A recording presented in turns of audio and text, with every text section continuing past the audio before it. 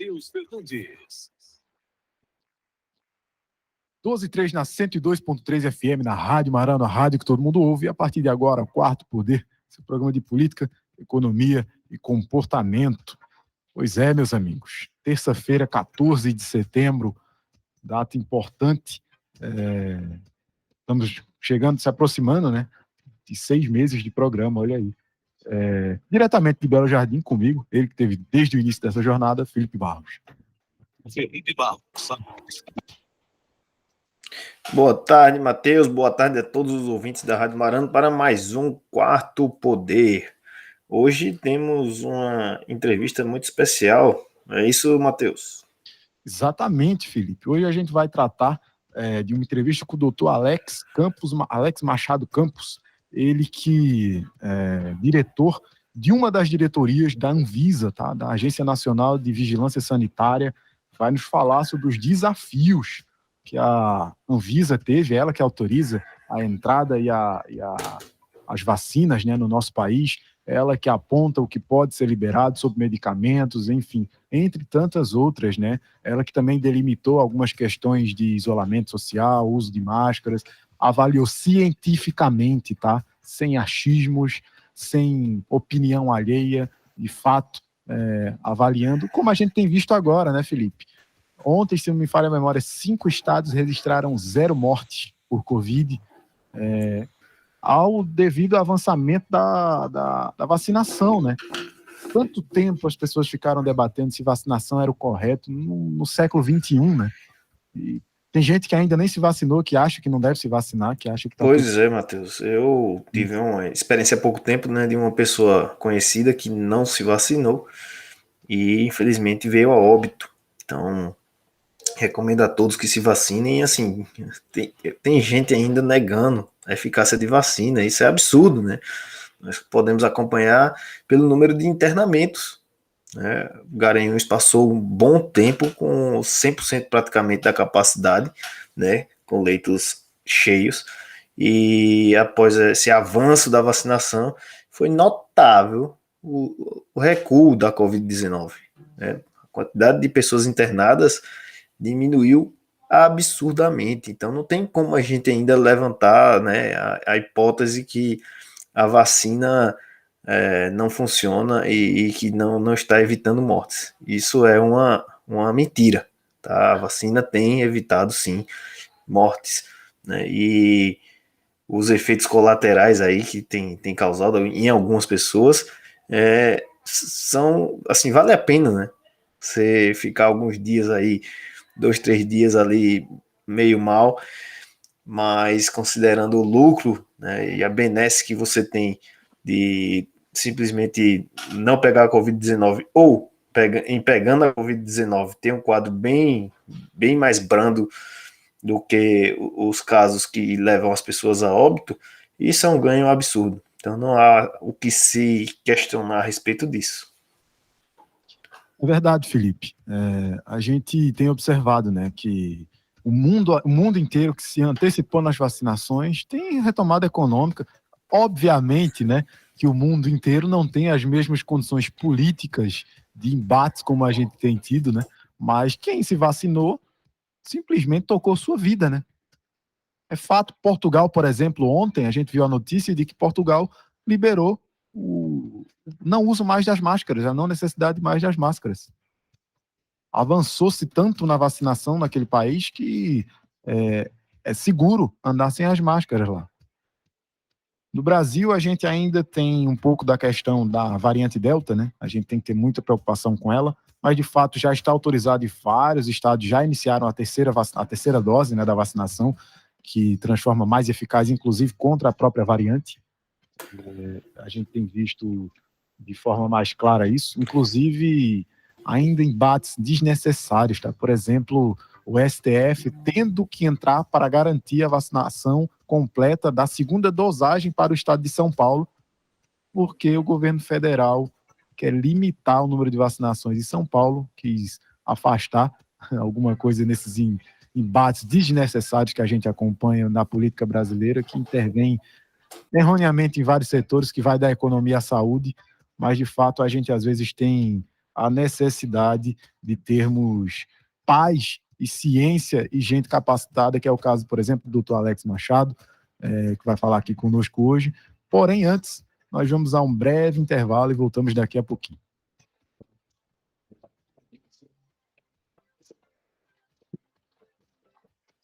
Quarto Poder. Você sempre atualizado com o melhor conteúdo da notícia.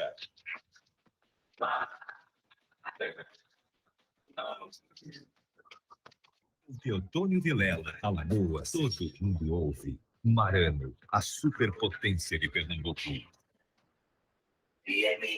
Envie seu e-mail para qp4poder@gmail.com. qp4poder@gmail.com. Momento CAP. Advogado e advogada, cadastre-se no programa Anuidade Zero. Você pode aproveitar as ofertas dos nossos parceiros, acumular pontos que podem ser convertidos em descontos e até zerar o valor da sua anuidade na OAB Pernambuco no ano seguinte. Já são mais de 100 parceiros virtuais e presenciais em todo o Brasil. Restaurantes, lojas e serviços em educação, saúde e muitos outros. É fácil, rápido e seguro. Consulte o regulamento pelo site anuidadezero.oab.org.br. Sua empresa está precisando de capital de giro? Tem planos para investir em novo negócio ou ampliar suas operações? Não consegue financiamento junto aos bancos ou investidores? Conte com a Sedes Consultoria e Planejamento para solucionar os problemas de sua empresa. Afinal, são mais de 18 anos de experiência no mercado e mais de 500 projetos aprovados no Banco do Nordeste. Visite nosso site www.sedesconsultoria.com.br. Quarto Poder. Quarto Poder.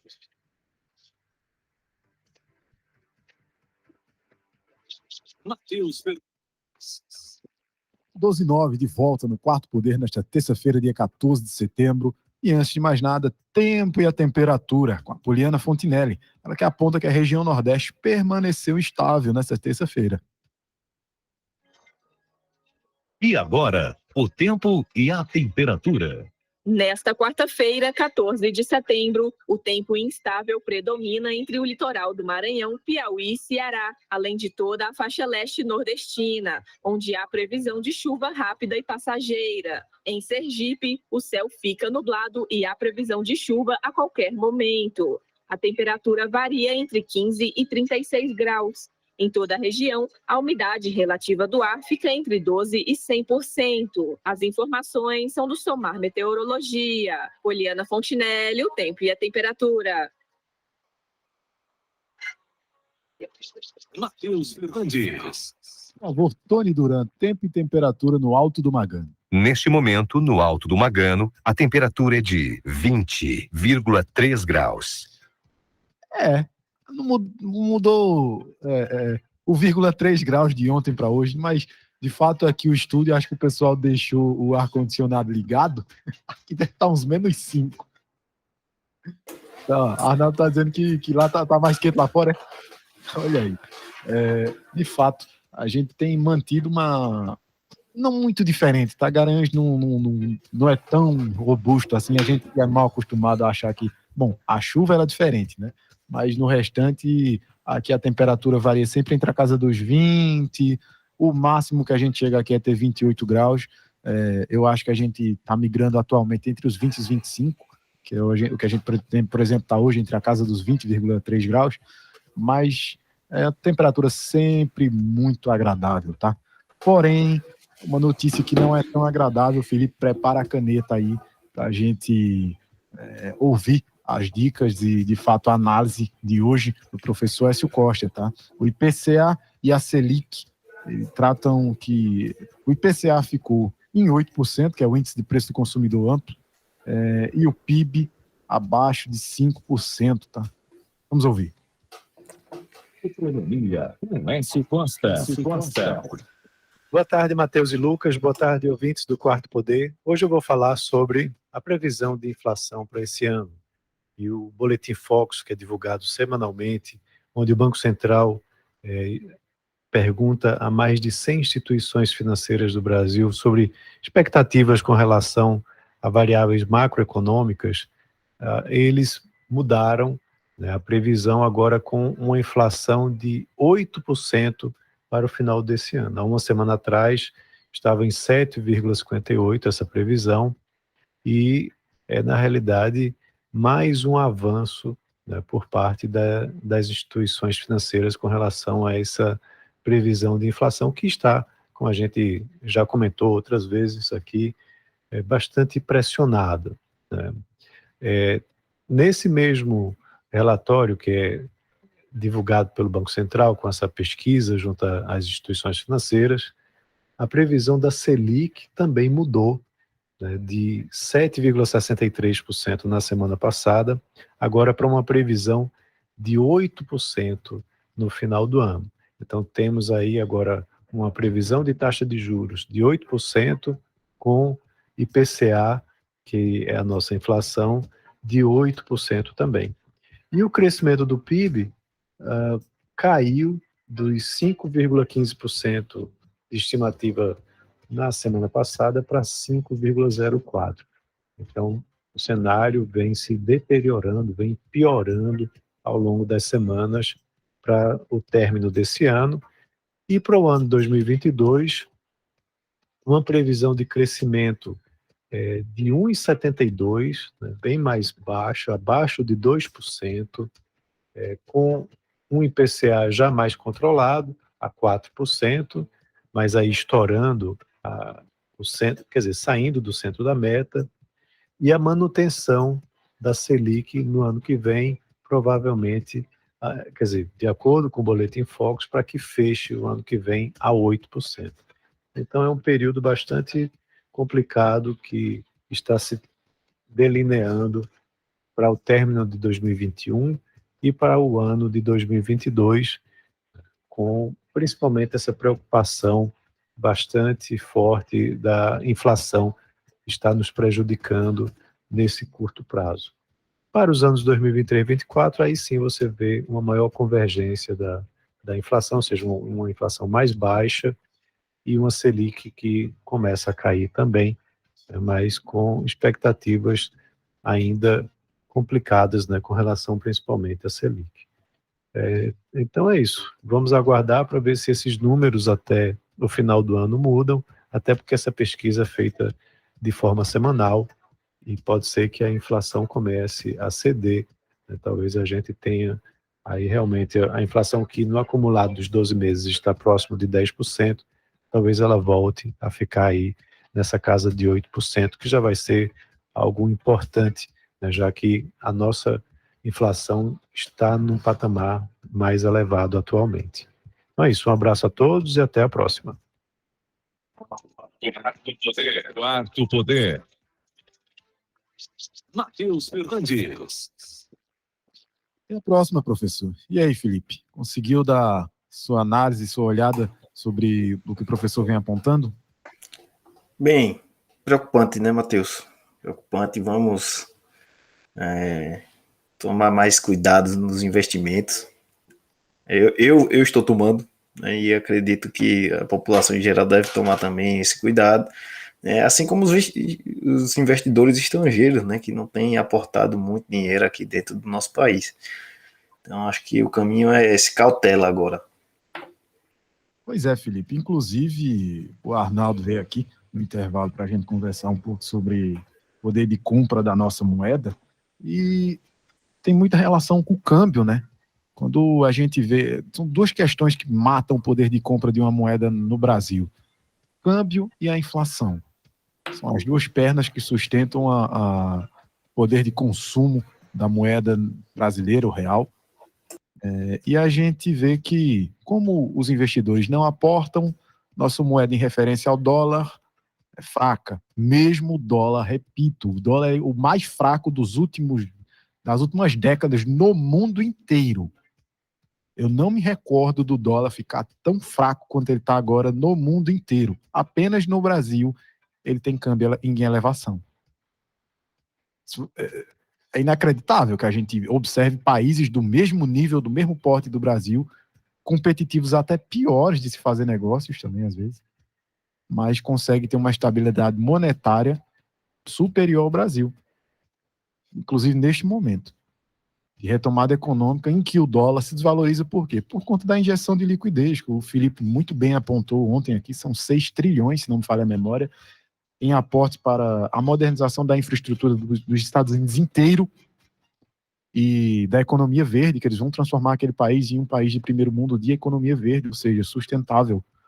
Eles vão sair do modelo de desenvolvimento mais antigo, do modelo dos anos 90, com combustíveis mais detratores do meio ambiente, para combustíveis mais benéficos, mais limpos, e a gente vai observar uma mudança na trajetória dos Estados Unidos. Obviamente, um país que tem quase o dobro da nossa população, né, ele vai necessitar bastante investimento mesmo. Obviamente, a inflação deles vai ser um pouco mais elevada durante um período, coisa que eles nem conhecem, eles nem sabem o que é inflação praticamente. Há gerações lá que nem sabem o que é inflação. Mas isso vai ser repassado, obviamente, para o resto do mundo, de acordo com o acordo de Bretton Woods, né?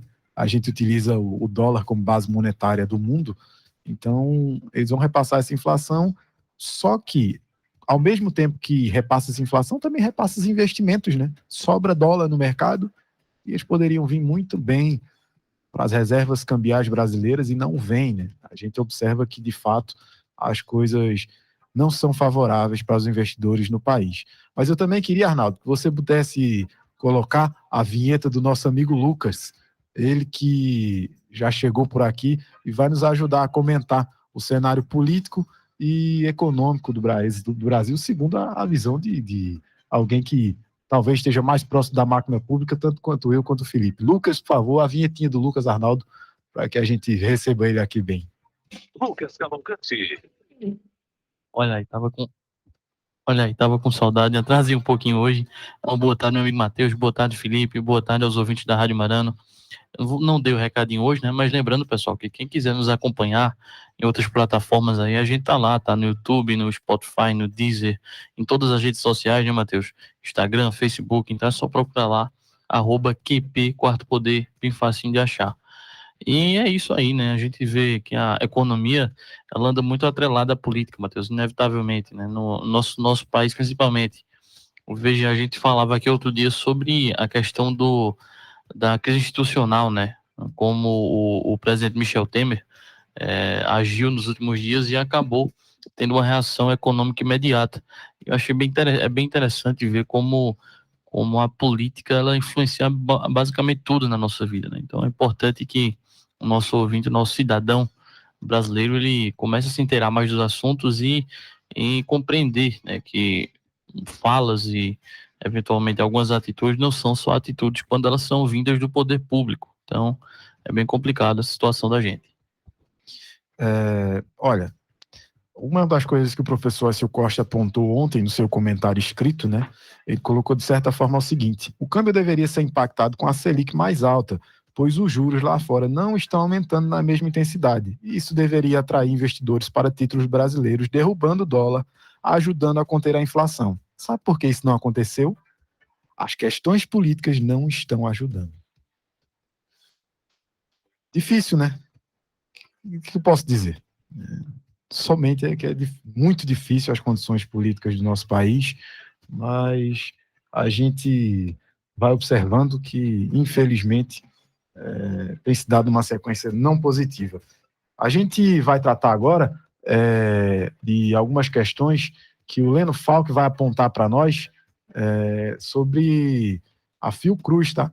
Ela tem retomado a entrega de vacinação da AstraZeneca. Vamos ouvir. A Fiocruz retoma nesta terça-feira a liberação de novas remessas da vacina da AstraZeneca ao Ministério da Saúde. Há 2 semanas, as entregas estão suspensas devido ao atraso de insumos vindos da China, que são necessários para a produção do imunizante. Capitais como São Paulo, Rio de Janeiro, Palmas, Florianópolis e Porto Velho ficaram sem a vacina da AstraZeneca para aplicação da segunda dose. Na capital paulista, por exemplo, doses da Pfizer estão sendo aplicadas nessas pessoas para completar o ciclo vacinal. A medida também foi adotada em algumas unidades de saúde da cidade do Rio de Janeiro. Agência Rádio Web de São Paulo, Leno Falck. Quarto Poder. Matheus Fernandes. Pois é. O Lucas estava até apontando aqui, ó. Vou mostrar aqui, deixa eu ver se eu posso esconder alguma coisa. Vou esconder só essa parte aqui. A carteirinha de Né? vacinação dele. Olha, Segunda vacinação. Inclusive. O Gordinho tá vacinado, viu, Felipe? Olha, É inclusive. bom que ele é de risco, né? Aproveitar ele tá vacinado aí. Olha, inclusive, Felipe, eu tava pensando agora aqui, quando será que a gente vai deixar de usar máscara, hein? A gente já sabe que isso é realidade em boa parte dos países aí ao redor do mundo. Portugal, né? Tava acompanhando o Anderson, que é lá de Caruaru, que ele tem um Instagram de viagens, é o 196 Sonhos, né? Que ele viajou todos os países do mundo. É um brasileiro aqui de Caruaru. Inclusive indico Ele é de para Caruaru, é? de Caruaru. Inclusive indico para que os ouvintes Bom, o Instagram dele, tá? os ouvintes possam acompanhar. E ele estava no leste europeu, né, na Albânia, e lá já parece que a pandemia já é um assunto superado. Aqui no Brasil também os números estão caindo, então em breve eu acho que a gente vai ter uma notícia aí do não uso mais da máscara, né, do deixar de usar a máscara e talvez aí ter um sopro de normalidade. Olha, eu tenho uma notícia até razoável, tá? Vamos ouvir aqui o Rafael Ferri. Ele vai apontar que os Estados Unidos reduziu o nível de alerta para viagens ao Brasil. Vamos ouvir. O Centro de Controle e Prevenção de Doenças dos Estados Unidos diminuiu nesta segunda-feira o nível de alerta para viagens ao Brasil. Por conta de preocupações com a Covid-19, a mudança foi do nível muito alto para o alto. O nível de orientações de viagem foi aumentado para 9 destinos para o nível muito alto. Em termos absolutos, o Brasil é o segundo país com maior número de óbitos pela doença, atrás somente dos Estados Unidos, e o terceiro em contagem de casos, abaixo dos Estados Unidos e Índia. O país, no entanto, tem registrado redução nos números da pandemia nas últimas semanas, à medida que avança em sua campanha de vacinação contra a Covid-19. A média móvel de mortes diárias nos últimos 14 dias chegou a 535, em comparação com um pico de quase 3 mil em abril. A agência Rádio Web, com informações internacionais, Rafael Ferri. Quarto Poder. Olha, coisa boa, né? Notícia boa. Acelerou a vacinação, meus amigos. Tudo que a gente precisa é somente de paz política para poder recuperar a economia e nosso país ser destino, pelo menos, olha, eu estou colocando longe, fevereiro, não estou nem pedindo para o Natal, que a gente tem um Natal muito bonito, inclusive aqui em Garanhuns, tá? A gente torne a ser destino de todos os estrangeiros, né? Nós somos um país muito receptivo, um país com belezas naturais inigualáveis, a gente volte a ser o destino turístico, né? Receber o dólar não é ruim não, tá? Receber gente do mundo inteiro, euro, não é ruim não, tá? Só o Brasil que nesse atual momento parece que se isolar do resto do mundo, inclusive nos assuntos mais pertinentes, como o próprio aquecimento global, o futuro dos países pós-pandemia. A gente precisa de credibilidade política para poder avançar nesse segundo momento. Eu acho que, enfim, é só um recado aqui, tá? Felipe? Pois é, Matheus. Eu só vou discordar em um ponto pequeno contigo, que eu acredito que o Brasil nunca foi um grande destino turístico. Se a gente comparar, por exemplo, com vizinhos nossos aqui, como Peru recebe muito mais turista do que o nosso país.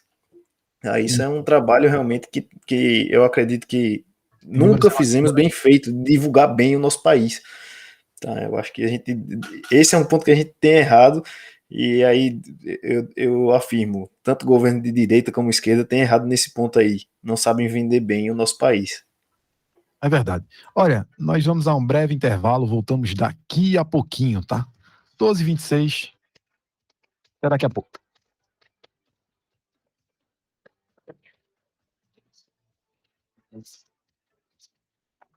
Quarto Poder.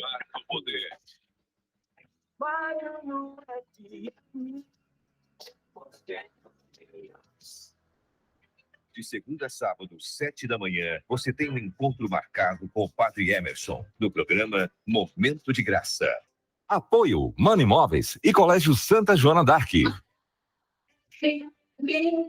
O Quarto Poder está sempre com você. Acompanhe nossos programas e matérias em nosso canal no YouTube. Twitter, Face e Instagram. Momento CAAP. A Caixa de Assistência dos Advogados de Pernambuco está enfrentando a violência contra a mulher de forma enérgica. Criamos uma rede que oferece gratuitamente apoio psicológico e jurídico para a mulher advogada vítima de agressão, além de conceder hospedagem, caso haja necessidade da colega se retirar de sua residência. Agora, estamos ampliando a nossa rede, oferecendo apoio às advogadas e aos advogados vítimas de crimes raciais e de gênero. Eu sou Fernando Ribeiro, advogado, presidente da CAAP. Conheça este e outros benefícios no site www.caap.org.br. Sua empresa está precisando de capital de giro? Tem planos para investir em novo negócio ou ampliar suas operações?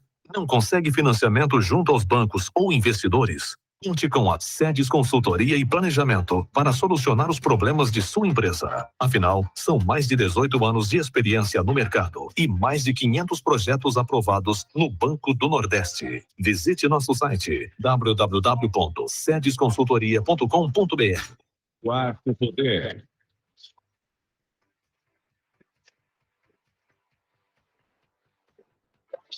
Matheus Fernandes. 12h28, meus amigos, estamos de volta. Olha, Matheus, oi. você me permite fazer uma observação aqui que eu falei a palavra vender o país. Só para explicar bem às pessoas, é vender como destino turístico, tá? Senão vão dizer que eu sou entreguista, né, que eu quero vender o país ao capital estrangeiro, só para fazer essa observação, porque a gente tem que ter cuidado no que fala, né? É. Olha, bom, o Brasil não, mas o Uruguai tá a passos firmes para receber fortíssimos investimentos. Olha como o Uruguai tem conduzido sua política econômica externa, tá? Ele quer um acordo de livre comércio com a China, já antecipou, e ele vai... Ele tem tem um pré-caminho já bem adiantado. O Uruguai não tem muita... inclusive, a legislação deles é assim, meu amigo.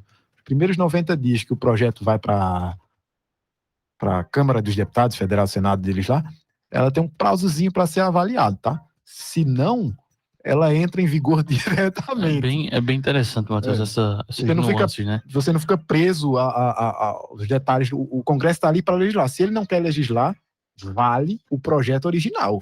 A nossa criação legal, assim, criação de leis, ela é muito parecida com o sistema dos Estados Unidos, que é bicamaral, né? Você tem a avaliação das duas câmaras do bicamaral. São as duas câmaras assim, a Câmara dos Deputados, né, e a Casa do Senado. Então você tem essa dupla avaliação aí, vem de uma teoria bem antiga e de Montesquieu, não sei se o Felipe recorda dos tempos de direito, mas é uma análise bem interessante que a gente faz. O Dr. Gustavo Krause escreveu sobre ele outro dia, não foi? Perdi esse artigo. Sempre gosto das coisas que o Dr. Gustavo escreve. E aí, Felipe, o que é que tu acha do nosso sistema legal? Não, só concluir aqui a política externa para que o Felipe faça o raciocínio. E o segundo país que o Uruguai tem buscado o acordo de livre comércio é com os Estados Unidos. Então, ele vai estar simplesmente livre para poder fazer um acordo de livre comércio entre as duas maiores potências do mundo. Então, assim, acho que é uma política externa bem gerida, bem tocada, pragmática, ela faz todo sentido, né? Até que a gente possa se tornar, como o Felipe já vinha pontuando, o destino de novos investimentos. Felipe, pode concluir esse raciocínio? Eu interrompi? Bem, vou fazer bem rápido, né? Que o nosso convidado já está aqui presente, então eu vou fazer um breve comentário só porque Lucas tocou no assunto. Eu acho interessante nosso sistema com uma casa revisora, né? Digamos assim. Só acredito que ele deveria ser mais rápido. Poderíamos ter alguma coisa assim como no Uruguai, né, que permite, que dá um prazo para que o Poder Legislativo analise o projeto. Então, acredito que a gente poderia unir as duas coisas, né? O que eu realmente acho importante é a Casa Revisora. O Senado, de vez em quando, nos salva de umas boas coisas, né? Algumas, como, por exemplo, a questão que está sendo analisada agora aquele projeto que a gente comenta sempre, né, Lucas? Da lei eleitoral, alteração. Do Código Eleitoral. Isso, então acredito que esse sistema bicameral, que é assim que chama, né, ele é interessante. Olha, a gente já tinha anunciado, obrigado, Felipe, pelo comentário, não tem mais a acrescentar nesse assunto, porque a partir de agora a gente vai receber com muita honra Para nós é um prazer enorme estar recebendo ele, que é diretor, acho que se não me engano, se não me falha a memória, da 5ª diretoria da Anvisa. Ele que também, Felipe, por incrível que pareça, quase ninguém é da Católica aqui, tá? Só todo mundo que passa por aqui tem formação da Católica. Ele que é servidor de carreira da Câmara dos Deputados, graduado em Direito pela Universidade Católica, especialista em Direito Administrativo com licença e Magistério Superior pela Universidade Federal de Pernambuco, possui especialização em processos políticos do Legislativo, é mestre em Poder Legislativo e outras tantas qualidades do currículo dele, que é imenso. A gente tem um enorme prazer de receber um dos diretores da Anvisa, para uma entrevista muito importante. A partir de agora, a entrevista do Quarto Poder. Quarto Poder, entrevista. Muito boa tarde, doutor Alex Machado Campos, diretor da 5ª diretoria da Anvisa. É um prazer enorme receber aqui mais alguém da formação da Universidade Católica de Pernambuco. O Felipe também é de lá, enfim, outros tantos personagens, tanto do político como técnicos, passaram por aqui. É uma casa que forma grandes personagens para o nosso país, e é uma honra estar recebendo o senhor aqui. Matheus, muito obrigado. Primeiro que quem esteve na Rua do Lazer não pode ser tratado nem de doutor nem de senhor.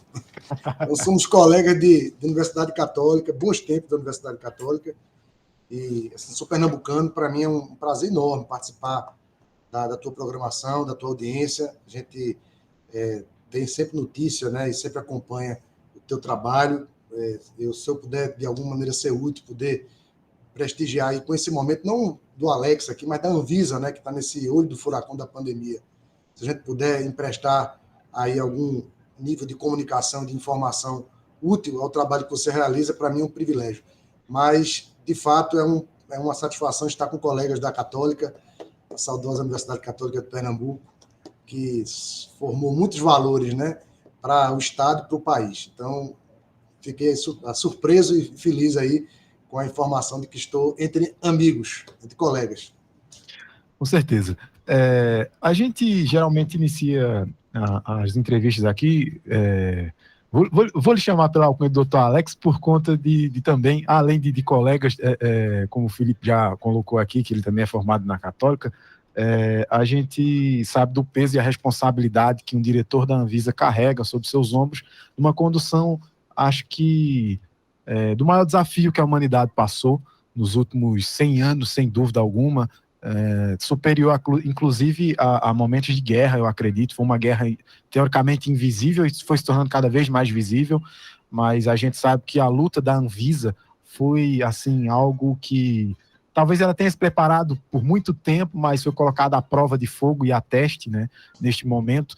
E a gente gostaria de saber, doutor, como é que o senhor viu esse primeiro momento, quando o senhor assumiu essa condição de, enfim, ser uma das peças-chave no combate à pandemia? E qual é o momento que a Anvisa descobriu que, olha, a gente vai enfrentar algo nada esperado antes, nada visto antes, e como é que se encontra agora, nesse momento? Se o senhor puder fazer uma breve análise, a gente agradece bastante. Com o maior prazer.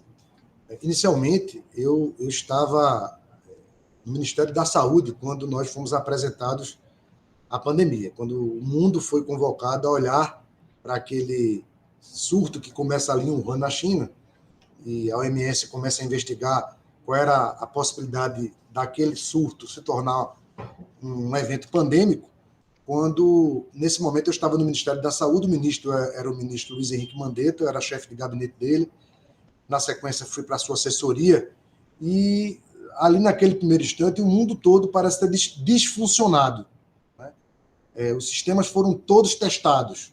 Sistema de saúde, sistema diplomático, sistema de colaboração internacional, a economia, né, sofreu um drible, sistema de educação. Então, de uma hora para outra, o mundo todo teve que lidar com aquilo que era, como você já disse, um dos maiores eventos, né, da história recente do mundo, sob o ponto de vista do impacto à saúde e sob o impacto às nações também, né? Eu me lembro de situações de itens, né, como máscaras, como insumos de saúde, estarem viajando, né, para chegar ao país e serem interceptados no outro país para que aquela carga fosse retirada para servir aquele país. Então, Veja a que nível de informação a gente...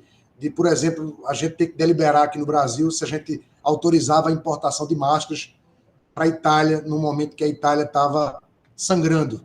Me lembro do ministro da Saúde ter recebido a ligação do ministro da Saúde italiano pedindo, pelo amor de Deus, que aquelas máscaras fossem liberadas, que eles, dali a pouco, eles devolveriam. Então, foi um momento muito tenso, muito triste. O que eu enxerguei ali, depois eu só vim para a Anvisa em novembro de 2020. Né? Ou seja, eu acompanhei o processo todo da pandemia estando dentro do sistema de saúde. Algumas coisas muito importantes. O SUS já existia quando a pandemia iniciou. A Anvisa já existia quando a pandemia iniciou. Isso diz muita coisa da forma como a gente está enfrentando a pandemia. Por exemplo, a gente não precisou estruturar uma rede colaborativa de salas de vacinação, porque elas já existiam. O Brasil tem mais de 40 mil salas de vacinação. Quando nós recebemos, por exemplo, vacinas em Guarulhos, o Ministério da Saúde tem um centro de logística lá, e nós recebemos essas vacinas, medicamentos, insumos para combate à pandemia em Guarulhos. Rapidamente, nós temos um sistema logístico que conta, inclusive, com a colaboração graciosa, gratuita das companhias aéreas. Rapidamente, nós chegamos nos destinos mais remotos do país, nos rincões do Brasil. Isso estava pronto, isso não foi algo inventado para a pandemia. Não é? Então, é algo importante ser dito, porque o Brasil tinha essa estrutura montada quando a pandemia apareceu. E, ao trazer essa informação do SUS, eu trago um paralelo para a Anvisa. A Anvisa era uma agência respeitada, acreditada do ponto de vista internacional, com assento nos principais foros mundiais de regulação, ou seja, isso diz muito porque o processo de regulatório no mundo todo atua por reliance, atua por acreditação mútua. Se eu faço um trabalho aqui no Brasil de inspeção de uma fábrica e eu tenho um par meu, uma outra agência reguladora lá fora, que acredita no meu trabalho, ela aproveita meu trabalho, e a Anvisa também se serve dessa política de harmonia regulatória. Então, nós tínhamos também uma Anvisa pronta. Então, a gente tinha um SUS montado, que é articulado, que dialoga permanentemente com as suas autoridades nos 3 níveis. Tínhamos uma Anvisa pronta, né? E isso tudo favoreceu a forma como a gente está enfrentando a pandemia. A pandemia trouxe muitas lições para as autoridades de saúde. O mundo todo tem sido um grande laboratório. Ainda estamos num período de muitas incertezas. Agora, ter essa estrutura montada, seja no SUS, articulada, capacidade de diálogo rápido, ter 44 mil salas de vacinação, ter uma agência reguladora que tem respeito no mundo, isso favoreceu muito. Apesar da gente ainda, eu diria que a gente, quando uma pessoa vem a óbito, né, por conta da pandemia, a gente não está ganhando essa guerra, né? Mas a gente vai ter que continuar lutando contra essa pandemia, e acho que essa estrutura ajuda muito a gente enfrentar esse grande desafio que está em curso ainda. A gente tem a disseminação de novas variantes, a gente tem ainda o desenvolvimento de várias vacinas, discussões sobre terceira, quarta dose, isso o mundo todo está fazendo esse debate, e eu acredito que a gente tem, sim, um histórico, uma experiência que tem ajudado muito a gente a lidar com isso. Outro exemplo clássico é a atuação em aeroportos e portos do Brasil. O Brasil já tinha uma atuação de vigilância em saúde em portos que muito poucos países tinham. Então, tudo isso está sendo útil, tudo isso está sendo utilizado agora, e tudo isso facilita a tomada de decisões por parte da Anvisa e das autoridades de saúde.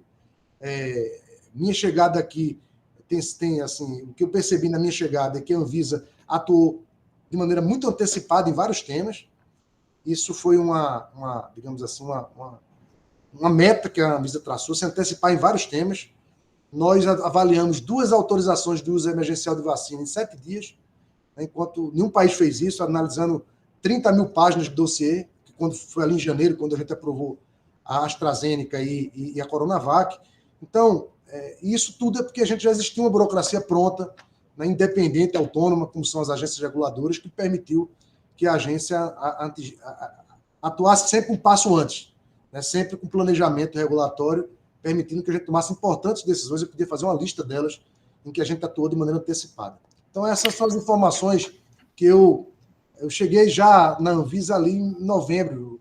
Os colegas já estavam aqui lutando desde março, né? Então, é o depoimento que trago desse meu período aí entre Ministério da Saúde e Anvisa. Boa tarde, doutor. Eu gostaria de falar, já que o senhor tocou nesse ponto, eu acho que é importante a gente aprofundar um pouco nessa questão da liberação das vacinas, que eu lembro que na época, acho que foi uma questão com a Pfizer, muitas pessoas diziam, a FDA, né, a agência americana liberou, pode liberar para o Brasil também direto, sem passar pela Anvisa, e outras pessoas, não, tem que a Anvisa liberar, só pode depois quando tiver processo todo concluído. E eu queria saber do senhor como é que foi esse processo dentro da Anvisa. Acredito que recebendo pressão de todos os lados, né, para que as vacinas fossem liberadas ou não. Então eu gostaria de saber um pouco a respeito disso, como foi na época da liberação dessas vacinas, mas eu vou lhe pedir para responder isso só depois dos nossos intervalos comerciais. É isso, 12h43, estamos com o doutor Alex Machado Campos, ele que é diretor da Anvisa, da 5ª diretoria da Anvisa. Nós vamos a um breve intervalo, daqui a pouquinho a gente vem batendo esse papo de extrema importância, tá? Não desligue seu rádio, fique pertinho, anote se puder, porque de fato são informações de extrema relevância. Estamos cuidando da nossa vida, da vida da população brasileira, num momento muito difícil, mas acredito que agora estamos mais próximos de superar esse desafio. Mas, de fato, a Anvisa teve um papel imprescindível. A Agência Nacional, ela regulariza, né, e ela habilita as vacinações, ela precisa dar os dados, e sem dados a gente não navega, né, Felipe? A gente não faz a política pública séria, e a Anvisa, eu sei que ela faz isso da maneira mais competente possível. 12h43, vamos aos intervalos e voltamos daqui a pouquinho.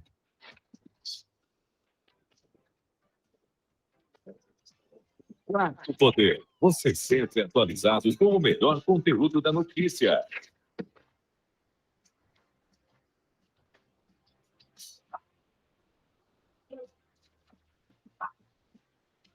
Em Garanhuns, todo mundo ouve. Maré, superpotência de Pernambuco.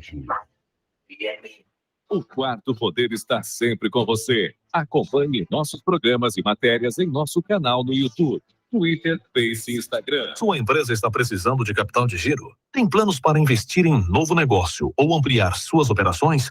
Não consegue financiamento junto aos bancos ou investidores? Conte com a Sedes Consultoria e Planejamento para solucionar os problemas de sua empresa. Afinal, são mais de 18 anos de experiência no mercado e mais de 500 projetos aprovados no Banco do Nordeste. Visite nosso site www.sedesconsultoria.com.br. Momento CAAP. Enfrentando a pandemia, a Caixa de Assistência do Advogado de Pernambuco promoveu ações para minimizar ao máximo os danos sofridos pela advocacia. Além de oferecer máscara e álcool gel, a CAP distribuiu mais de 35 toneladas de alimentos em cestas básicas para advogados e advogados de todo o estado, além de oferecer auxílio financeiro para aqueles que comprovadamente precisaram de apoio naquele momento. No nosso site, você confere os serviços e benefícios. Acesse www.caap.org.br. Eu sou Fernando Ribeiro, advogado e presidente da CAAP. Quarto Poder. Quarto Poder.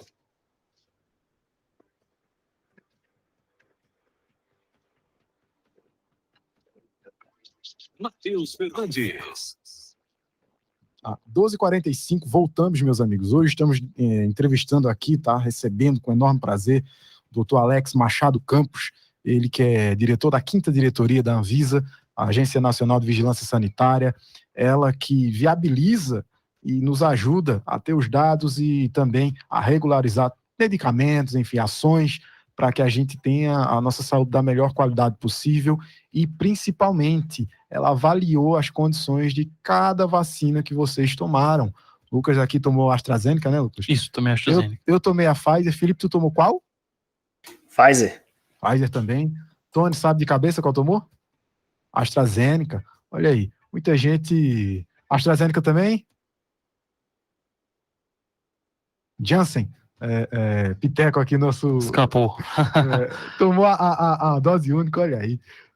Nosso operador. Pessoal todo vacinado, rapaz. Se vacinem. Se tem uma coisa que é ponto pacífico num momento tão divisório, né, que o nosso país ele vive de polarizações, não é de hoje, não vai acabar amanhã, mas tem um ponto pacífico, a saúde importa, a saúde de todos importa, e de fato vacinem-se.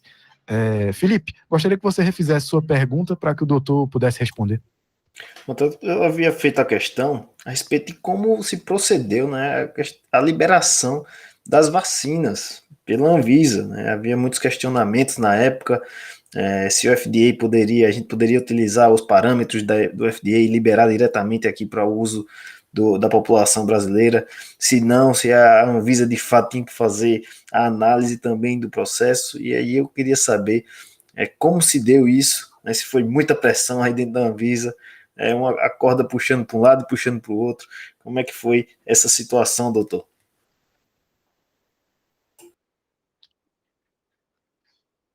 Obrigado, Felipe. Muito obrigado, Felipe, pela pergunta, da chance da gente promover um esclarecimento público. E, de fato, ali em novembro, quando o mundo começou a ter notícia das primeiras vacinas em condição de utilização na população, primeiro que houve uma mobilização mundial por vacinas, não tinha vacina para todos os países. Isso foi um movimento natural. A escassez da vacina, eram os primeiros lotes produzidos pelas primeiras empresas, né, que começaram que tiveram as primeiras aprovações. É importante destacar que a vacina, como um medicamento, ele precisa ser objeto de um pedido junto à agência reguladora. Eles são registrados a partir da provocação do desenvolvedor.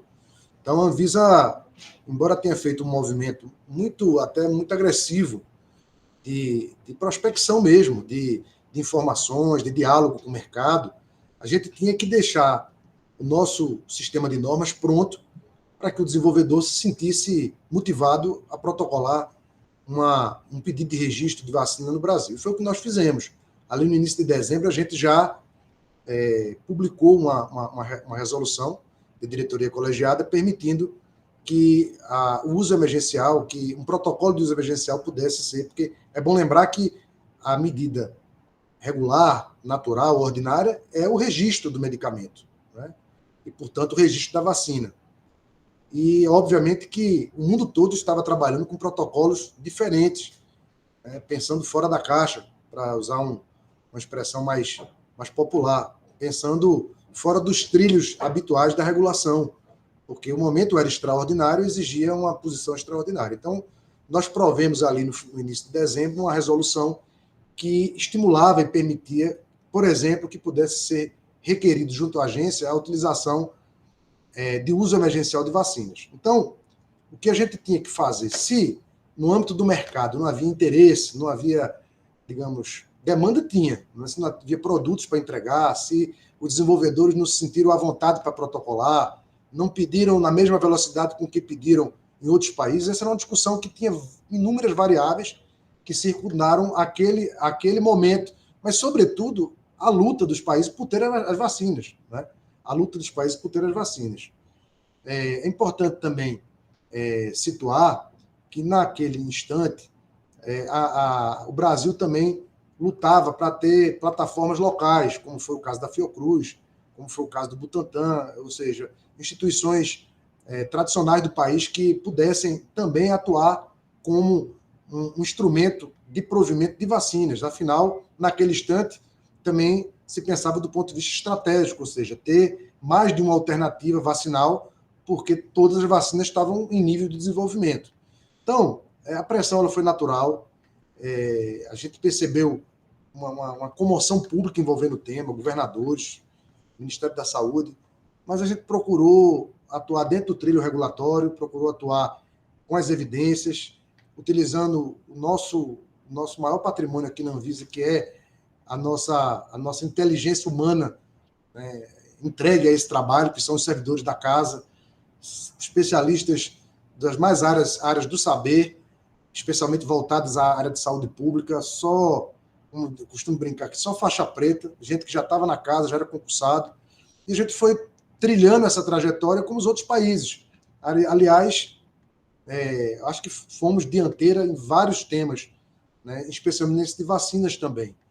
E essa questão de acatar o registro de outro país aqui no Brasil, já naquela época existia uma lei, a Lei 14.124, que permitia que, por exemplo, um produto registrado numa agência reguladora de outro país, que tivesse listado na lei, a FDA estava listada, era possível sim pedir, né, inaugurar um pedido de formalizar a internalização de uma vacina nesses termos, mas ainda assim isso precisaria ser objeto de um pedido. né? E não fomos objeto de pedido no trilho dessa lei. Mas, logo ali em janeiro, tanto a Butantan, né, tanto o Instituto Butantan, como a Fiocruz, fizeram os primeiros pedidos de uso emergencial das vacinas, e dia 17 de janeiro a Anvisa aprovou as primeiras 2 vacinas do país. Perfeitamente. Doutor Alex, eu queria fazer uma pergunta mais voltada para a área pessoal, além da questão institucional. A gente teve aqui, por exemplo, com o Mandetta, e eu fiz uma pergunta a ele sobre a maior dificuldade humana que ele enfrentou durante a pandemia, né? E ele falou ali que ele teve um estralo naquele momento que o sistema de saúde da Itália colapsou. Falou que foi um dos momentos mais difíceis para ele. E eu queria saber, na sua condução aí durante a pandemia, seja no Ministério, ou seja já à frente da Anvisa, qual foi o momento mais difícil, assim, como ser humano, de fato, algo que chocou durante a pandemia, que você entendeu que o problema era muito sério? Inclusive, bom, doutor a gente colocou aqui, né, servidor de carreira da Câmara de Deputados Federal, se não me falha a memória, e, assim, desafios políticos o doutor já tinha enfrentado, talvez visto de perto em outras demandas, mas, de fato, era um novo desafio, né, como o Lucas colocou aqui. É verdade. De fato, para mim foi muito desafiador, foi muito importante ter vivenciado aquele primeiro período ali no Ministério da Saúde, ao lado do ministro Mandetta. É um médico, uma pessoa porque eu tenho referência, é uma referência para mim do ponto de vista de saúde pública, né? E eu estava com ele naqueles instantes iniciais, ali, cruciais das primeiras decisões difíceis, elaborar normas, portarias voltadas à pandemia, tudo do zero, tudo diante do imprevisível, tudo diante ainda de um plano de incertezas assim, enorme. De fato, um momento que me chamou muita atenção, que me causou assim, uma comoção, e eu acho que do ministro Mandetta também naquela oportunidade, foi quando eu já até me referi aqui, quando o ministro da Saúde da Itália liga para o ministro Mandetta e faz um apelo, né? Aliás, o ministro estava na sala com ele, quando ele bota em viva voz, o ministro Mandetta é poliglota, falava italiano também, e eles comunicam ali uma conversa que eu jamais pensei em testemunhar, um ministro de saúde de um país de joelhos, pedindo, por favor, né, que libere um navio, era um avião que ia sair com... E de outro lado, o Mandetta, como ministro da Saúde, tensionado pela informação de que podia faltar equipamento do Brasil, né? E aí, vou privar os brasileiros, né, veja que decisão difícil, né? E aí, rapidamente, o Mandetta raciocinou muito rápido, autorizou, né, a importação, e porque ele tinha outros elementos, outras informações, o Brasil teria, né, insumo para prover nos próximos. Ele tomou uma atitude cristã ali, ele foi o cidadão, o homem, né, que tomou a decisão. E assim, aqui, eu me lembro quando ele desligou o telefone, isso aqui eu atuei pela minha formação cristã. E tenho certeza que os fatos haverão de nos ajudar, e nos ajudou. Nós não tivemos, nesses itens de insumo, nenhum problema, e depois tivemos a colaboração da Itália em outros temas. Enfim, então ali me chamou muita atenção, e depois começa, né, Matheus, Felipe, enfim, uma sequência de pessoas que começam a adoecer, pessoas que morrem, amigos que ficaram com sequelas graves. Eu perdi, por exemplo, meu sogro, né? Perdi meu sogro, um amigo que eu tinha, perdeu... No dia que iniciou a vacina, ele faleceu, na idade dele, né? No dia que começou a vacina. Né? Uma deputada estadual de Pernambuco, que eu sei que faz parte aí da programação, né, do Quarto Poder, que é a deputada Priscila Krause, perdeu a mãe. Eu me lembro disso, ter um deputado com quem eu trabalhei em Pernambuco, o deputado Cadoca, faleceu também, veio a óbito com a Covid. Depois eu perdi um outro deputado com quem eu trabalhei, o deputado do Rio de Janeiro, Simão Cecim. Então isso vai virando um drama diário, vai virando sabe assim, algo terrível, né? Assim, isso pode ter certeza que é o maior motivador para o trabalho. Toda vez que um amigo liga, que alguém dá notícia, e aqui a gente tem amigos que também, aqui da Anvisa, que faleceram. Então, assim, virou um drama humano, na verdade, né? A gente não tem ninguém que não conheça alguém que não perdeu um ente, senão na própria família, né? Você imagina 600 mil pessoas, multiplique isso por cada pessoa dessa, deve ter um universo pelo menos de 100 pessoas diretamente, seja pela família, pelo trabalho, né?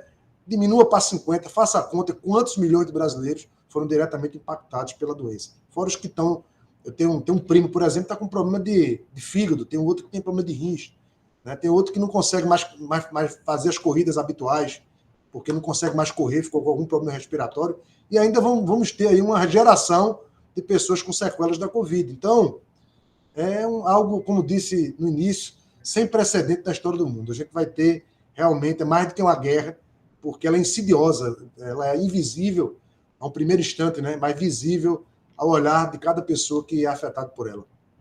Doutor Alex, só corroborando que essa pontuação humana, né, foi posta aqui pelo ministro também, como o senhor já colocou aqui, o senhor esteve lá, o ex-ministro da Saúde, Luiz Henrique Mandetta, ele fez uma entrevista aqui conosco, acho que no final do mês passado, se não me falha a memória, né, Lucas? Exatamente. Esteve aqui conosco, contou sua passagem, seus desafios, enfim, e a visão dele para o momento. Eu gostaria de saber, estamos aqui falando hoje com o doutor Alex Machado Campos, ele é diretor da 5ª Diretoria da Anvisa, né, da Agência Nacional de Vigilância Sanitária. Eu gostaria de saber essa questão da terceira dose, como é que a Anvisa está observando esses dados, a necessidade de quem, para onde, quem necessitado mais vai vacinar nessa terceira dose.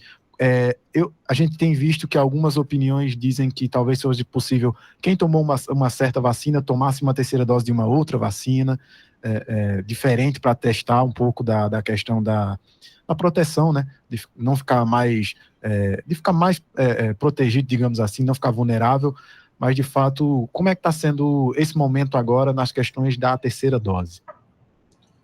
Boa pergunta. Primeiro é importante esclarecer para a população que a Anvisa atua a partir da solicitação que é feita pelo desenvolvedor. Essa é a maneira convencional de que, por exemplo, algum aspecto seja incluído em bula ou que um medicamento seja registrado. Isso é feito a partir de evidências científicas. Quando a gente fala de vacina, a gente está falando de quê? Dos estudos clínicos que antecedem ao pedido de registro. Estudos clínicos que são autorizados pela agência reguladora. Então, de maneira, digamos assim, muito, muito sintética, se você imaginar o desenvolvimento de uma vacina, você vai ter a fase de bancada, digamos assim, que é aquela fase pré-clínica. Quando a gente fala de pré-clínica, é antes de utilizar em humanos, antes de testar isso em pessoas. Você tem uma fase de bancada ali, você tem inteligência artificial, computador, experiência acumulada do pesquisador, né? O mundo tem uma história sobre vacinas, e ali você chega digamos assim, numa solução, né, vacinal para você começar a testar em pessoas. Então, você tem a primeira fase que você ministra em dezenas de pessoas, tudo isso numa fase de pesquisa clínica. Depois, na segunda fase, que a gente chama de estudo de fase 2, centenas de pessoas, tudo de fase 3, milhares de pessoas. Então, quando esses estudos eles são concluídos, eles projetam um conjunto de relatórios que chegam à agência reguladora em nível de registro do medicamento ou da vacina. Então, para que a gente possa avaliar do ponto de vista regulatório a terceira dose, é preciso que isso seja objeto de estudo. Então, essa é uma questão pontual. Para a Anvisa, a terceira dose ela é objeto de estudo. E já existem desenvolvedores que já apresentaram aqui, já iniciaram os estudos sobre a terceira dose. Né? A gente vê o debate internacional, o debate na mídia, mas o fato é que para que uma terceira dose seja incorporada ao registro do medicamento, que no caso é a vacina, no registro da autorização do uso emergencial, é preciso que se apresentem os estudos, e esses estudos estão sendo feitos. Isso não se confunde com decisões de política pública em saúde. Vou dar um exemplo clássico dessa questão da política pública em saúde. Lá atrás, quando a Anvisa autorizou a vacina em idosos, quando a Anvisa autorizou a vacina em 17 de janeiro, os estudos foram muito rudimentares em idosos.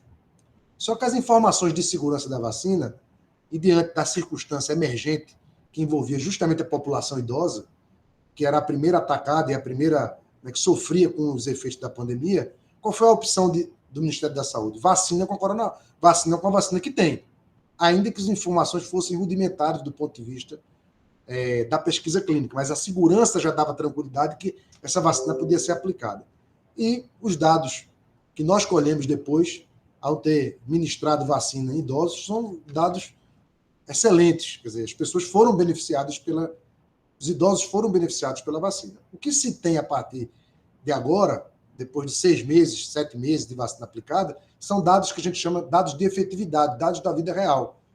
E as próprias desenvolvedoras, quando elas trazem pesquisa clínica para dentro da agência, para dizer que estão estudando terceira dose, é porque elas começam a reconhecer que existe uma diminuição que a gente chama da titulação de anticorpos com o passar do tempo.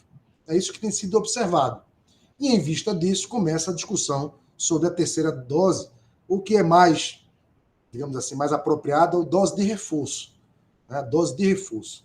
A dose que vem reforçar a política vacinal de 2 doses de vacina, no caso, por exemplo, da AstraZeneca, no caso da Coronavac e da Pfizer, e de 1 dose, que é no caso da Janssen. Então, essas discussões estão efervescentes nesse momento, já existe pedido de estudo clínico na Anvisa para discutir a terceira dose. A própria Anvisa fez uma recomendação de política pública, que no caso de idosos que tinham tomado Coronavac, que a gente apontava, que tinham dados de vida real, que apontavam que o Ministério da Saúde deveria fazer essa discussão de terceira dose de reforço para idosos. Então, o mundo todo começou a fazer esse debate, porque nós estamos no meio desse jogo, jogando o jogo e com novos jogadores participando da partida, né? Que são as variantes, que são as mutações, e tudo isso tem exigido nós revisitarmos conceitos e redirecionarmos as energias. Olha, para a gente, por exemplo, dizer que uma vacina, qualquer das vacinas que nós conhecemos, da pentavalente, da de sarampo, enfim, de varíola, para que ela tenha, por exemplo, uma validade de anos, de 10 anos, é preciso que os 10 anos sejam percorridos para que a gente chegue à informação científica, à evidência de que ela vale 10 anos. Nós estamos há 7 meses do uso da vacina, então tem muita informação a ser ainda produzida, mas o que é que nós temos de grande ventura, de grande conquista? Nós atuamos muito rápido, a ciência foi muito exitosa, né, em prover soluções que às vezes levam anos, em poucos meses, né? E a gente já perceber rapidamente os resultados, porque no Brasil os óbitos estão diminuindo gradativamente e isso só pode ser atribuído, levando em conta, inclusive, que muitas atividades já foram retomadas, a gente só pode atribuir isso à vacina. Né? E ainda bem que é assim. E a gente espera que, com toda a energia voltada para essas pesquisas, que cada mês mais nós vamos ter soluções terapêuticas muito eficientes, né? E a gente não sabe ainda dizer exatamente se vamos ter que vacinar todo ano. Né? Pode ser que, com a velocidade com que a gente está provendo soluções, que venham soluções mais rápidas também. Então, está tudo ainda num campo da indefinição, mas tudo aponta que essa energia que o mundo deposita para soluções rápidas, com o melhor da ciência, com a mobilização das maiores universidades do mundo, né? As melhores cabeças do mundo estão voltadas a isso. Então, logo, o resultado disso vão ser boas soluções também. É isso que todo mundo que está envolvido nessa pandemia espera. Doutor, é muito bom conversar com um colega aí de Católica, Universidade Católica, mas infelizmente estamos chegando ao fim da nossa entrevista. Eu gostaria que o senhor desse suas considerações finais e deixasse aqui para os nossos ouvintes uma dica de livro e uma dica de filme. Uma dica de filme e de livro. Essa é a pergunta para deixar um convidado constrangido. Surpresa. É surpresa. Para pegar o convidado de surpresa. Olha, tem um livro de Lira Neto que eu comecei a ler esses dias sobre a vinda de judeus para o Brasil, que merece ser lido. Tá? É o livro mais recente de Lira Neto. Ele fala sobre os judeus sefardistas que vieram da Península Ibérica, de Portugal, e que foram conquistar Nova York, né? Assim, ilustrando a nossa glória pernambucana de sermos, né, um estado que se vangloria de realizar grandes conquistas. Esse livro de Lira Neto merece ser lido, né? E eu recentemente um filme que eu sempre assisto como uma forma de superação, filme com Russell Crowe, que eu acho que é Uma Mente Inquieta, enfim, é um filme que recentemente voltei, ali fala da luta de um cientista importante, né, que mexeu com a história do mundo a partir das suas visões. Mente brilhante, né? Uma mente brilhante, não uma mente inquieta, uma mente brilhante, que eu assisti recentemente agora nessas zapeadas, né, de final de noite, estava passando num desses canais de TV fechada, e que fala, né, mesmo uma mente inquieta como a dele, né, fez entregas num momento em que a ciência tem dado tem entregado a sua face mais importante, que é de entregar soluções para a humanidade. Então, eu fico com essas duas recomendações aí, Felipe. Olha aí. Doutor, a gente só tem a agradecer, tá? E agradecer aqui em nome tanto da Rádio Marano quanto do Quarto Poder, e a nossa audiência com certeza desfrutou bastante, recebemos várias perguntas aqui, tentamos encaixar algumas, mas de fato é um tema muito importante, né, Lucas? Inclusive prestação de serviço público, né, para que as pessoas fiquem atentas. A Agência Nacional de Vigilância Sanitária, ela é uma parceira, né? Ela traz esse momento para a gente as melhores informações. Olha, inclusive eu vou pedir ao doutor Alex que deixe os canais de comunicação aqui da Anvisa para que o nosso ouvinte, nosso cidadão, possa acompanhar da melhor forma possível aí as notícias.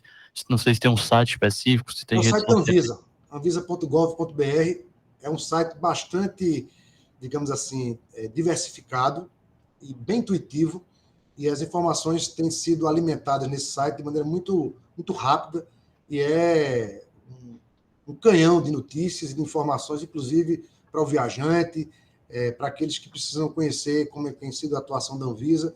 Eu recomendo, inclusive para quem vai viajar, pegar as dicas de viagem, quem vai sair do país, quem vai chegar, informação, inclusive, de utilidade pública. Olha aí, tá dado o recado. Obrigado, doutor. Também quero agradecer o pessoal da sua comunicação, tá? O Daniel, o pessoal que esteve em contato conosco, que nos ajudou a fazer essa ponte, para estar tratando hoje com doutor Alex Machado Campos, diretor da 5ª Diretoria da Anvisa, ele que hoje conversou conosco aqui, trazendo as informações, pontuando o momento mais difícil até o momento atual, em que a gente se encontra já numa segunda análise, se é que podemos colocar assim, para as condições pós-pandêmicas, se vai haver necessidade de novas vacinações, enfim, a gente vai deixando aqui o debate, sempre trazendo as melhores informações, deixando claro, e agradeço sempre, doutor, pela disponibilidade e pelo tempo para estar conversando conosco.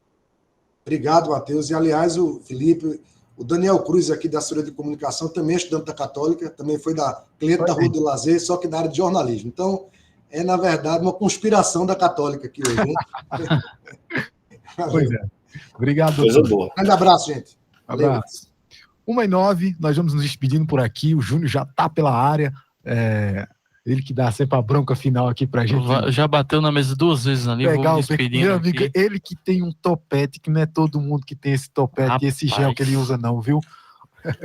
Mas, de fato, hoje a gente teve uma grande entrevista, né? Uma entrevista com uma das pessoas mais importantes, né? Ele que esteve, inclusive, no Ministério da Saúde, tá? Teve naquele momento mais difícil, presenciou os momentos mais complicados que a gente atravessou, e graças a Deus, e graças à vacinação, à ciência, a gente agora está num momento melhor, né? Uma situação melhor, mas não descuidem, galera. Por enquanto, a gente tem que usar máscara, se vacinar, se proteger, tentar ao máximo não aglomerar, fazer com que as coisas possam ter um futuro diferente, né? Para que a gente possa ter esses cuidados. Felipe, uma honra estar sempre com você, meu amigo. Obrigado, Matheus. Obrigado, Lucas. E obrigado a todos os ouvintes que participaram conosco hoje, né? Então, aguardamos todos vocês para mais um Quarto Poder no dia da manhã. É isso aí, vamos despedindo aqui também. Valeu, Felipe, valeu, Matheus, nosso amigo Arnaldo, que ajudou nas operações hoje aqui. E vamos ao Clube da Marano, né? O Quarto Poder volta amanhã, a partir das 12, não é isso, Matheus? É isso mesmo. 1h10, agora vocês vão ficar com o Clube da Marano. Obrigado a todos e até amanhã, se assim um bom Deus permitir. Você ouviu Quarto Poder, seu programa jornalístico com credibilidade e imparcialidade.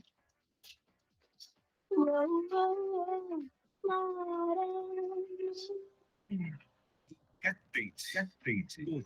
Ouve. Marano, a superpotência de Pernambuco. Macfel, material de construção, que está de volta em Garanhuns, próximo ao Colégio Estadual. Informa a temperatura. Neste momento, no Alto do Magano, a temperatura é de 21,8 graus.